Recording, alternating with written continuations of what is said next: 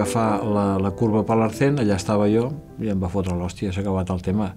I a partir d'aquí, vull dir, surts de l'hospital amb una tetraplègia, condemnat ja tota la vida en cadira de rodes. Evidentment et vols morir, perquè després d'haver estat el que hi havia estat, que si policia, karateca, submarinista, tot això, totes aquestes activitats, i que d'avui a demà no et pots treure ni els mocs perquè no puc agafar un mocador, que no et pots tallar ni les ungles, no pots fer res del que feies. Em vaig tirar 18 mesos, un any i mig, a l'hospital, i el meu pensament va ser, mira, quan surtis d'aquí, què faràs?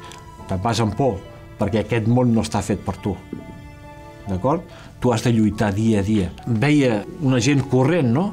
Fent footing per allà on jo feia. Hòstia, els meus ulls s'anaven al darrere.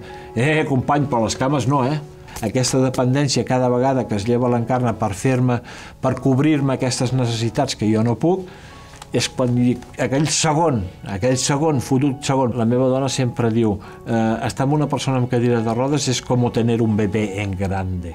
Sí, señor, es como tener un bebé en grande, pero este bebé nunca se hace grande.